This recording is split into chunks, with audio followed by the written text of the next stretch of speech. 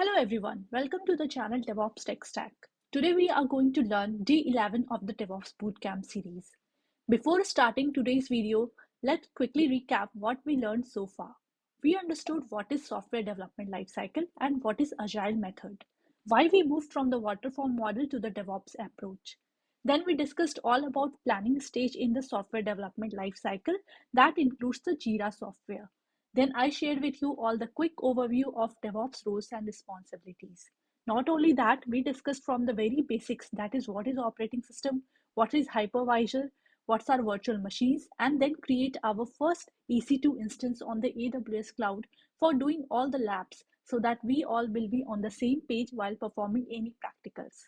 Also, we discussed why Linux is most popular in the DevOps world and learned how to install software using the package manager tool in Linux. At last, not the least, we discussed about the Linux file management.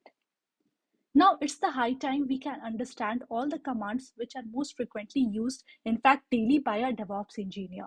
So without any further delay, let's quickly get started. In this lecture, you will understand what is command line tool and the most important Linux commands which are being used almost every day. About 50 commands we are going to learn and practice today.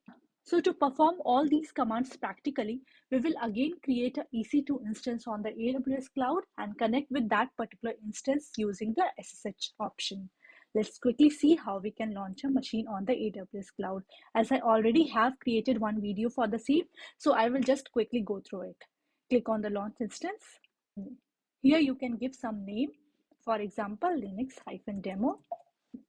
Then you need to select any AMI. So currently I have selected the Amazon Linux. That should work fine. After that, you need to select the instance type. So I'm selecting the default one. Then this is the main thing, that is key pair name. So I will select the previous created key pair, that is DevOps-demo-test, and rest all I will just keep the default and allowing the SSH traffic so that we can connect to this particular instance on the port 22. Now let's click on the launch instance. Till the time the system is not in running state, we will discuss what is Linux command. A Linux command is a program or utility that runs on the command line. And what is command line? It is an interface that accepts lines of text and processes them into the instructions for your computer. I think I have already done one video for the same thing I'm explaining over there also. You can check that video also. But here I have just started this DevOps Bootcamp series, fresh new. So I will explain in a good way. So here you can watch all those informations again also. What is actually the GUI? That is graphical user interface. It is just an abstraction of the command line programs. When you close a window by clicking on the close button, there is a command running behind that action and we are not able to see that, but it is running behind the action, means behind the scene it is running. Now we have certain flag and argument option. Then what is flag? A flag is a way where we can pass options to the command you run. Most Linux commands have a help page that we can call with the flag, that is -h. Let's see, if you are running the ls command, then if you write ls-h, then -h is a flag that you are passing with the ls command. So most of the time these flags are optional. Then one more term you will see, that is an argument. What is an argument or a parameter? It is the input we give to a command so it can run properly. In most cases, the argument is a file path, but it can be anything you type in the terminal. You can invoke flags using the hyphen and double hyphen options that I will show you how to pass the flags. Then while argument execution depends on the order in which you pass them to the function. That also I will show when we will do the commands practically. This was just a quick overview on what is the Linux command and what is the command line. Okay.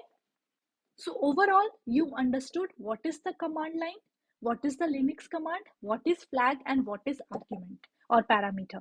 So all these things we will see in the detail while we will hit all the commands one by one. You will see all those options in detail.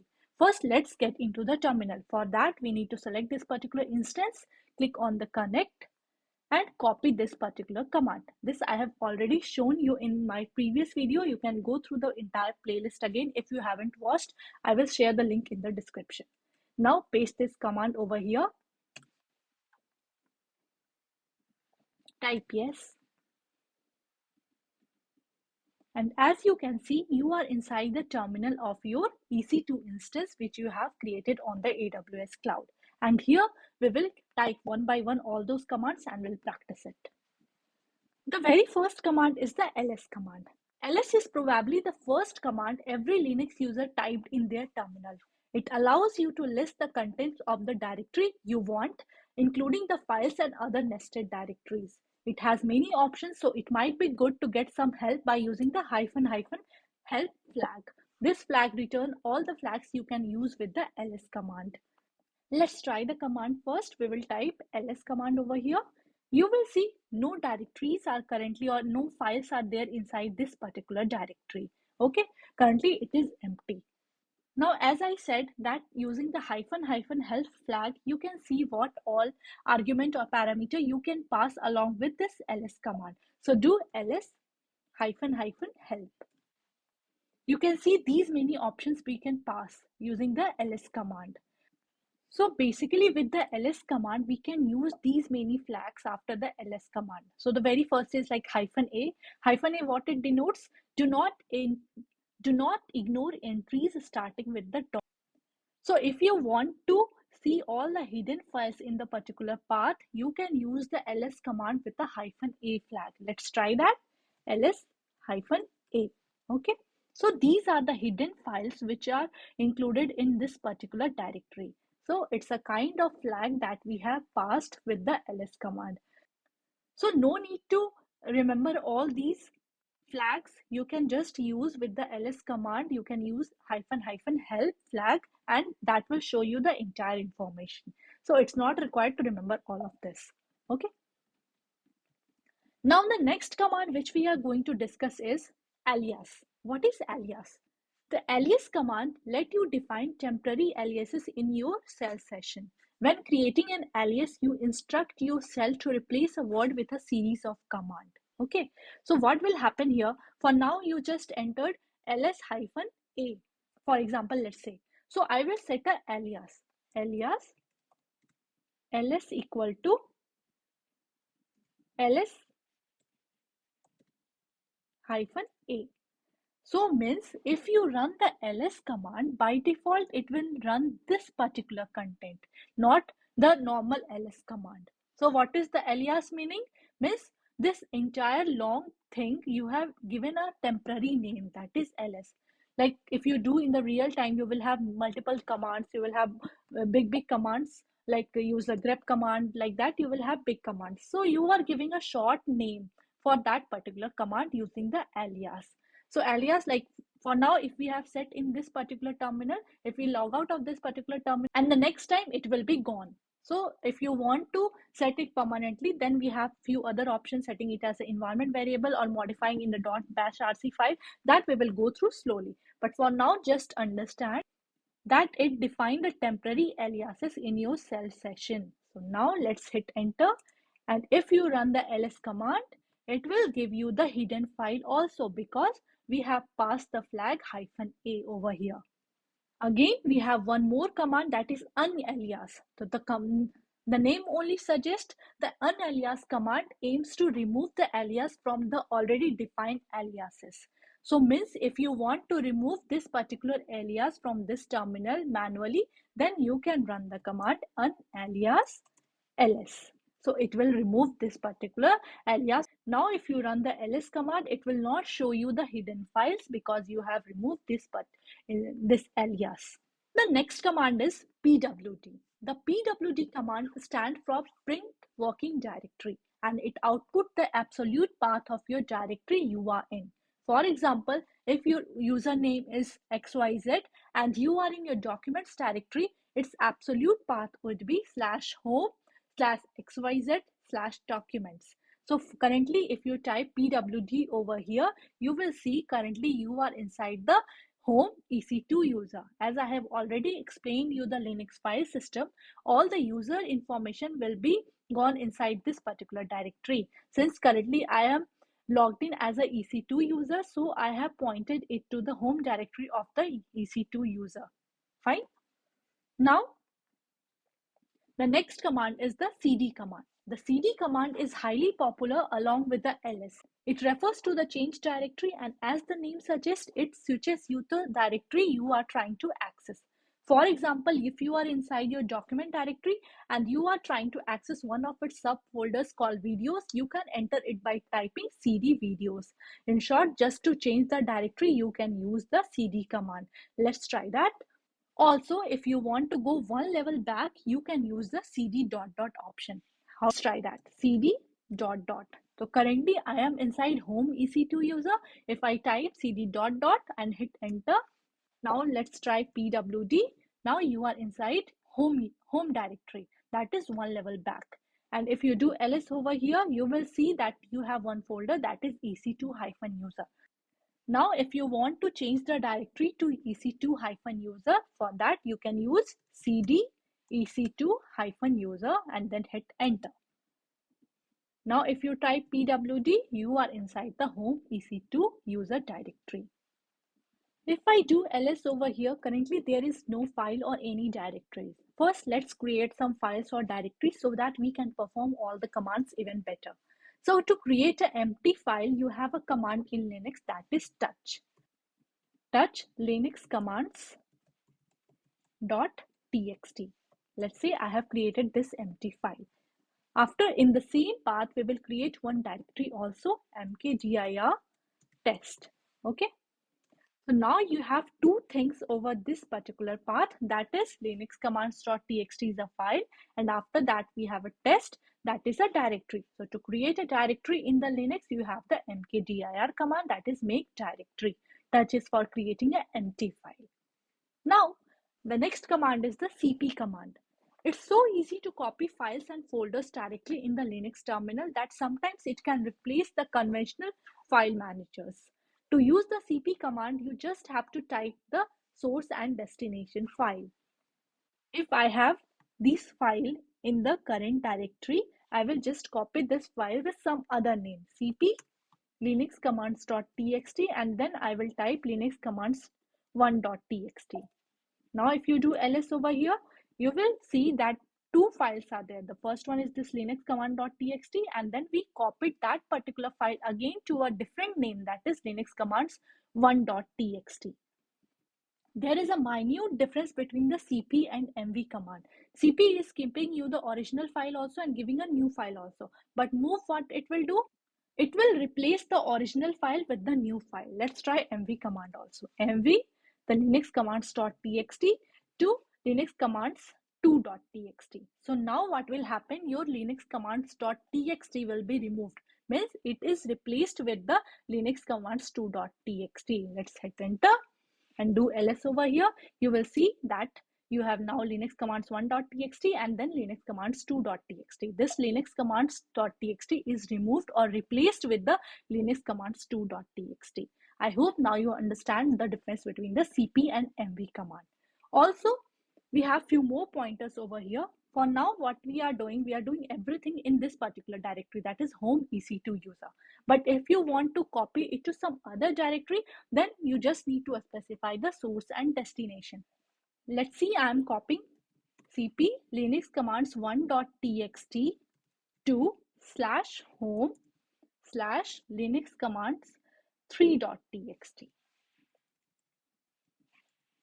So my source is linux commands1.txt, that is in the current directory only. Current directory is home ec2 user.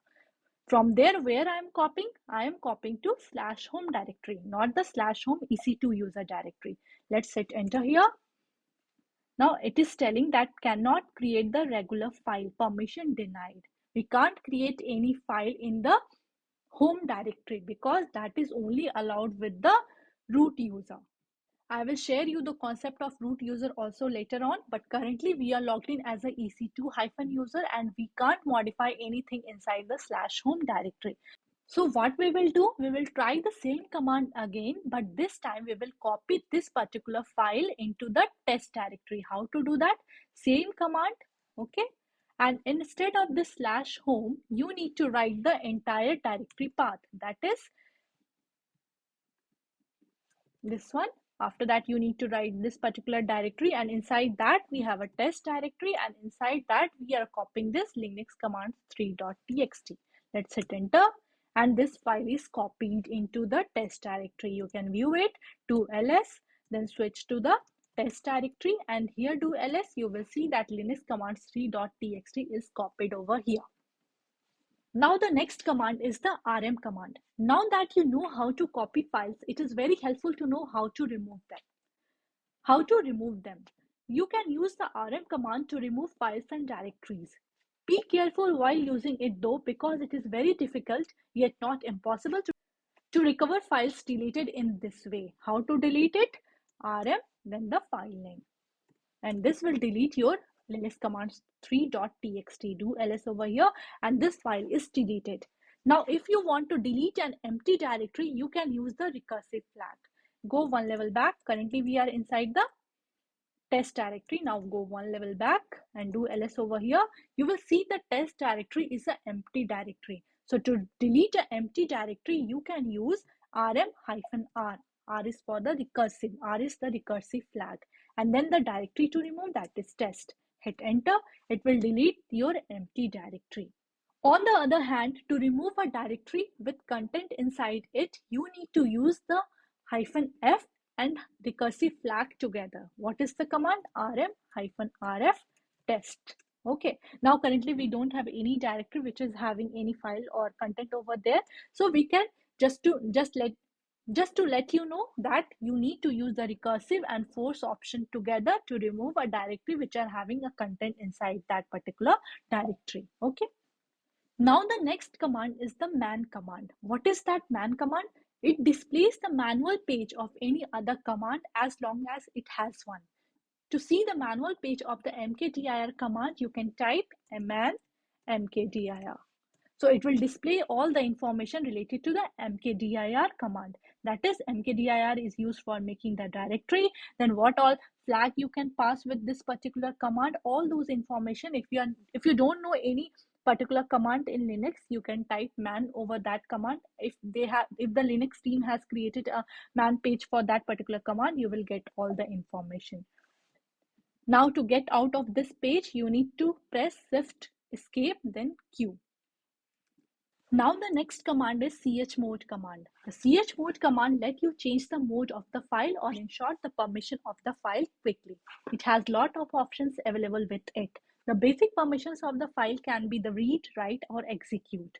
So if you want to make any file executable, or if you want to run that particular file, then you can give the executable permission on that particular file.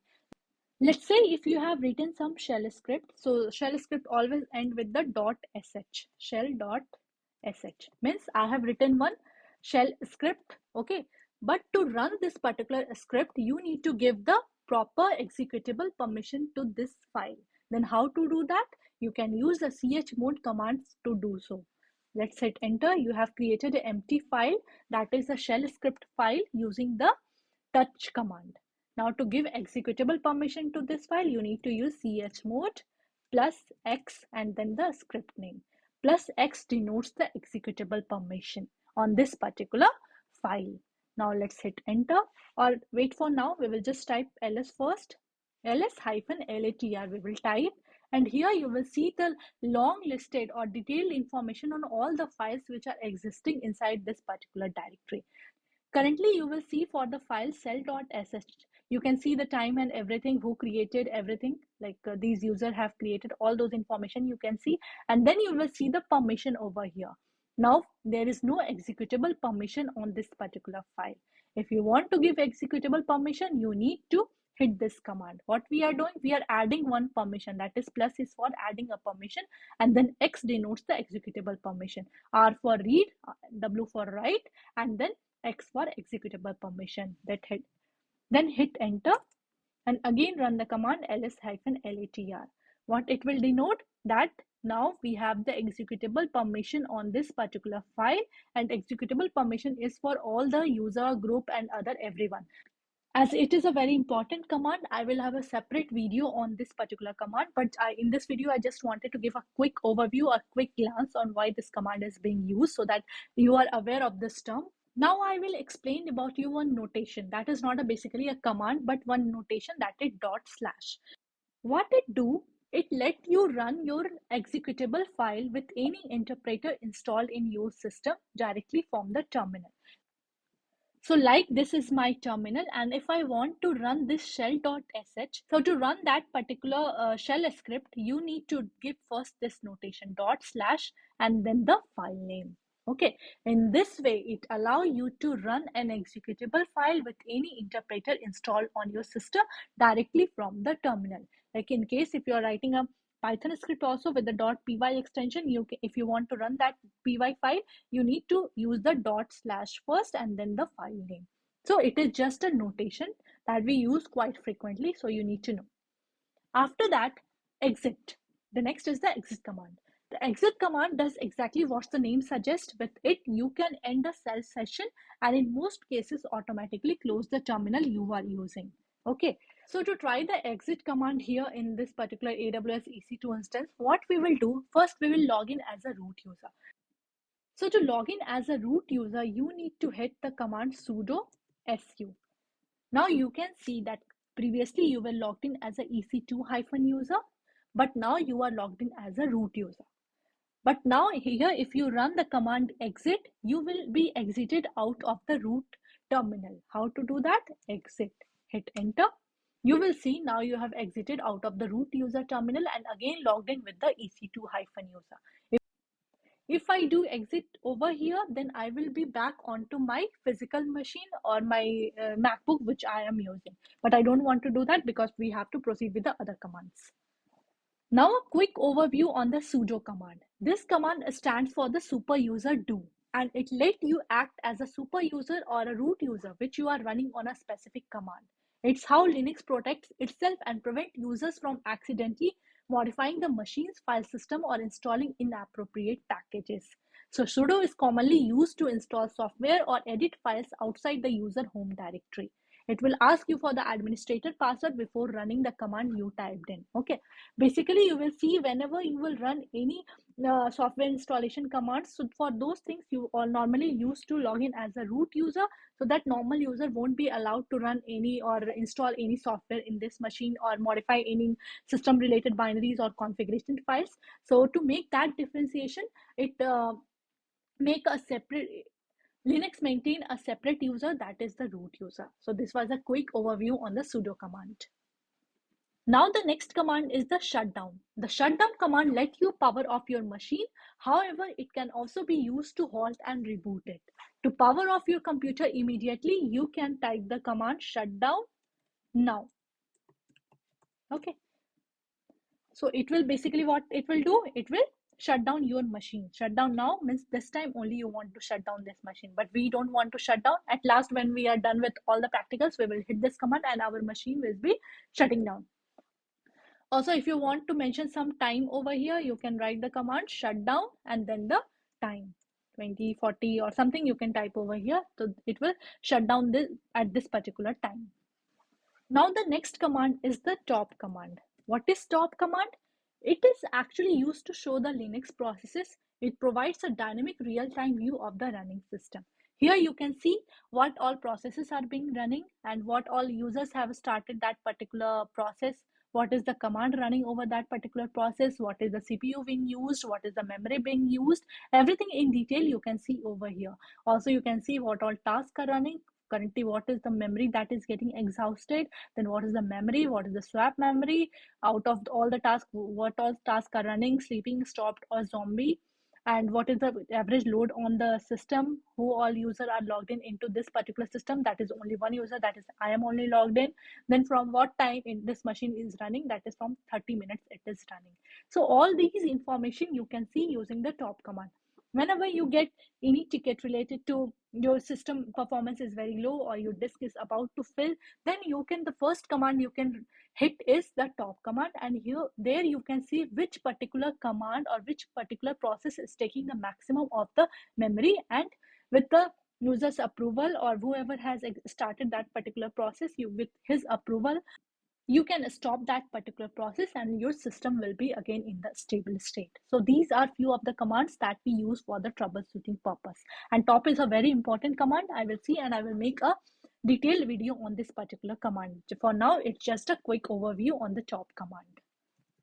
Now do Control C to exit out of this particular command because it is showing the real-time view of your system.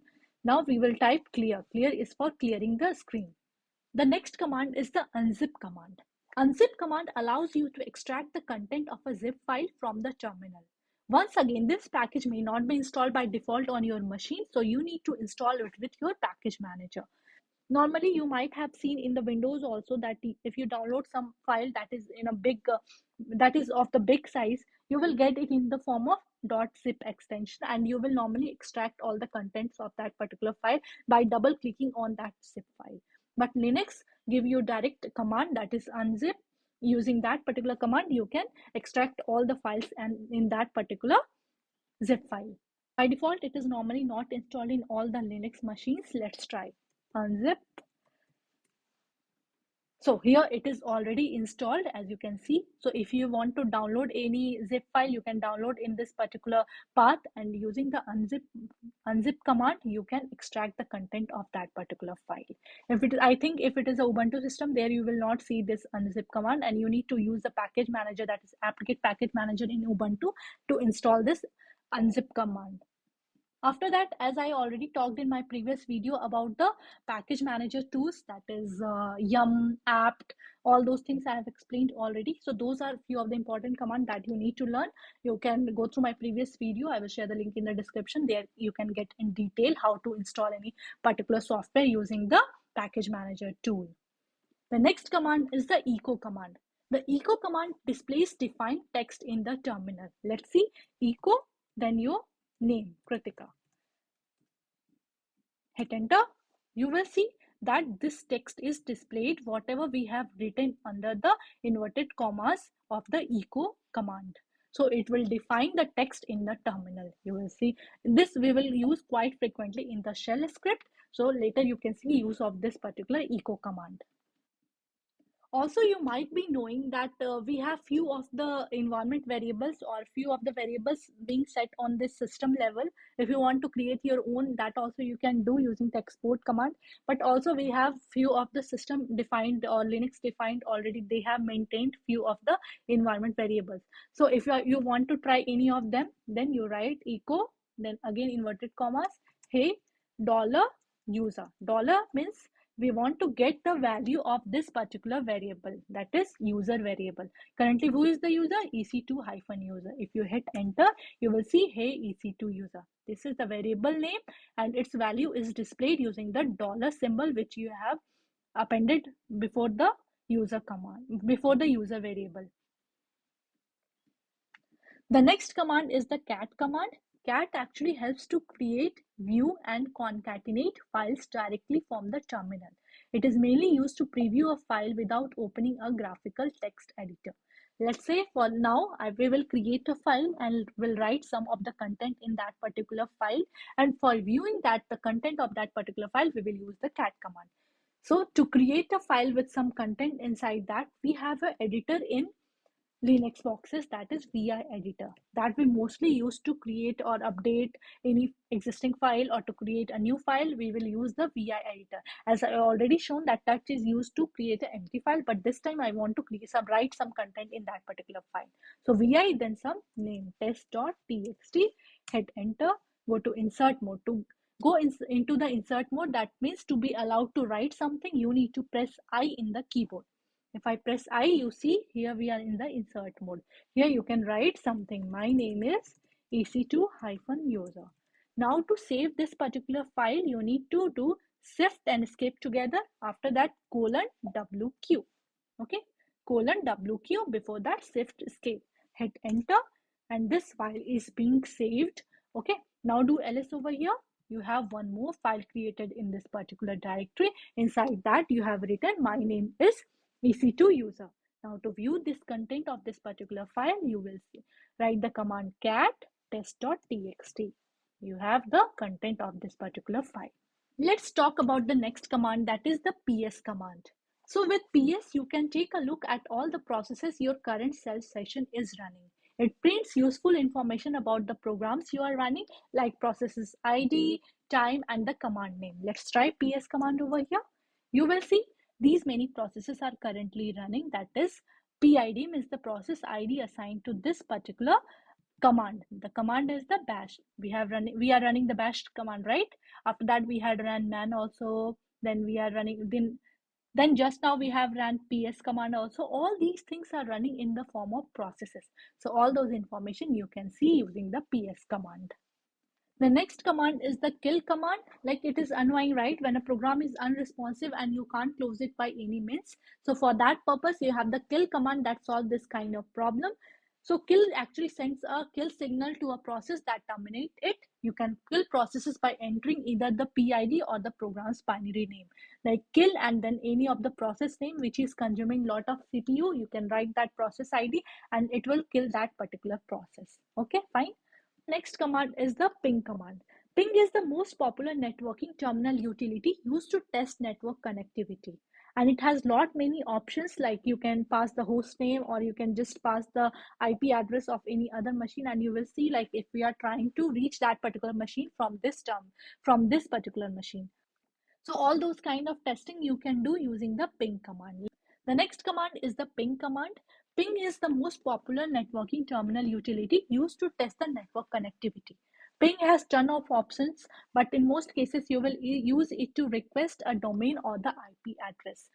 With ping, you can pass either the domain name of any system, or you can also pass the IP address, the public IP address of any other machine if you want to see that particular machine is reachable or not. For those kind of scenarios, you can use the ping command. Let's try ping www.google.com. We will see like from this system, are we able to reach the outside of the network? Hit enter, do Control C over here. You will see that 2 packet has been transmitted and 2 received, 0% packet loss. Like from this system, we are able to reach the google.com.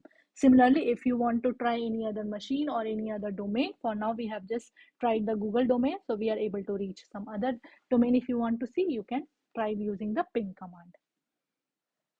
The next command is the history command. If you are struggling to remember a command, the history comes in the handy. This command displays an enumerated list with the commands that you have used in the past.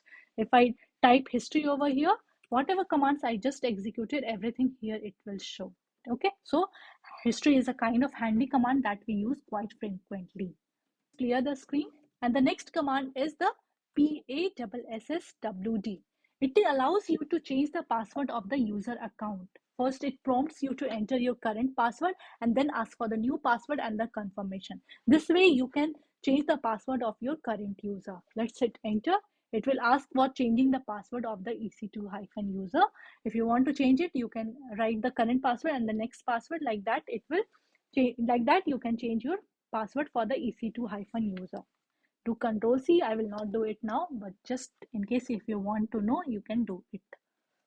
The next command is the which command. What is which command? It gives the output of the full path of the shell commands. If you can't recognize the given command, it will throw an error. Like if I write which Python, it will give you the full path information where Python is installed. That you will see that it is installed in the user bin Python. In this particular path, the Python is installed. So you can view that particular information using the which command.